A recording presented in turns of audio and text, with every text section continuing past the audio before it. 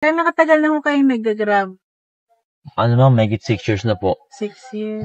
Sir, ito po ay ano lang po, konting ano, Ay, thank you po. respeto po ako sa inyo. Ay, salamat po, salamat po, salamat po. Mag-iingat po kayo palagi. Ma'am, Sir, bye-bye.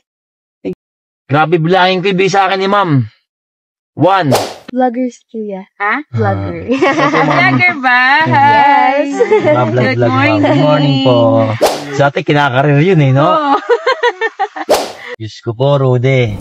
Tara at samahan niyo muna ako sa biyahe kong ito. At bago nga tayo magsimula ay magdasal muna tayo. Humingi ng basbas at gabay na ingatan niya tayo. At pagkatapos nga ng aking panalangin ay inihanda ko na ang sarili ko sa panibagong araw ng biyahe at pakikipagsapalaran sa lansangan. At ito na nga pala yung aking buenamanong pasahero. Kuya, nakita po kita sa Saan po, Facebook ma'am? po. Talaga ba, ma'am? Opo. Nakamukha ko lang yan, ma'am. Vloggers kuya. Ha? Vlogger. Vlogger ba? Yes. Good morning. Good morning po. Nakakatuwa naman, nakilala agad ako ni Madam. Kaya pakiramdam ko sa biyahe kong ito ay di ako mag-aalala. Dahil ramdam ko na magiging kampante sila habang sakay ko sila. At ito naman yung aking next na passenger. At sa hindi pa kakalayuan na aming biyahe ay bigla akong kinalabit ni Sir. Sir, okay lang pumalik. Mag-a-add na lang ako. May naiwan lang po ako. Balik tayo pa. Buti na nga lang at hindi pa kami masyado nakakalayo. Naiwan kasi ni Sir yung passport niya at kailangan yon sa pupuntahan niya. At habang inaantay nga namin si Sir ay nagkatsikahan naman kami ni Ma'am. Ay, may po yung taga Batangas. Batanggensya ka po kay ma'am. Diyos ko po, Rudy. Sino ba si Rudy, ma'am? Hindi ko nga din mo alam. Ha? Hindi ko din mo alam eh. At pagkababa nga nila ay may nakuha din akong pasahero doon mismo sa drop-off nila. Good morning po. Hello, ma'am. Good morning. At ito naman yung aking pangatlong pasahero. Minsan talaga may mga pasahero na pagpasok pa lang mararamdaman mo na yung good energy niya. Yung tipong game makipagkwentuhan. Magkatabi kayo ng bahay pero ganun. Di para sa Pinas na. Nasa labas ng bahay, magkikipag-usap. Marami kang maritesan dito, ma'am. Oo. Doon ba, ma'am? May mga maritesan din doon? Meron Kapwa Pinoy, kapwa Pinoy lang din ang kamaritesan. Meron din sila mga marites doon. Doon, mga ano, mga... Oo, mga Amerikano. Oo. Nag-antismisan din? Oo, chismisan din. Pero Siraan mas din, grabe dito sa Pilipinas. Oo. Sa atin, kinakarir yun eh, no? Oo.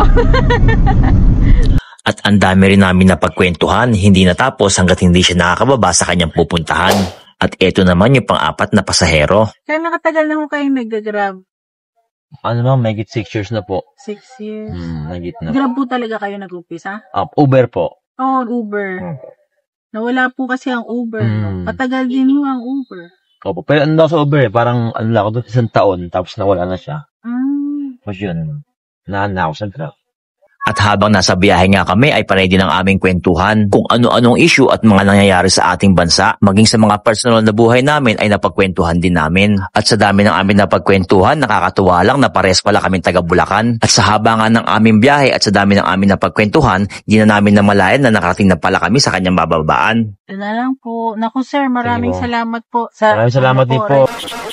Sir, ito po ay Ay. ano lang po, konting ano, Ay, thank you po. respeto po ako sa inyo. Ay, salamat po, Sir. salamat po, salamat po. Mag-iingat Ay, po kayo naman to, ma'am. palagi.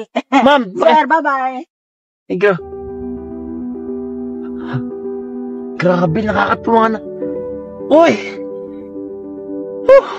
Thank you, Lord! Grabe. Nakakagulat. Si ma'am, ano siya, bayad na siya, nag-grab pay siya. Tapos nabot niya sa akin to, kinikilabutan ako. Thank you, Lord! Grabe, bilangin ko yung sa akin ni ma'am. 1, 2, 3. 3,000! Na tip! Woo! Boundary! Lord, thank you, Lord! Tuwa naman.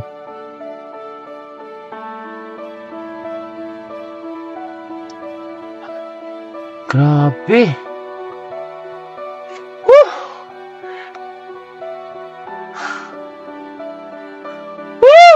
Salamat po, Lord! Thank you, Lord! Boundary! Pang-apat na booking pa lang tayo ngayon, pero boundary na pwede lang gumarahe! Woo!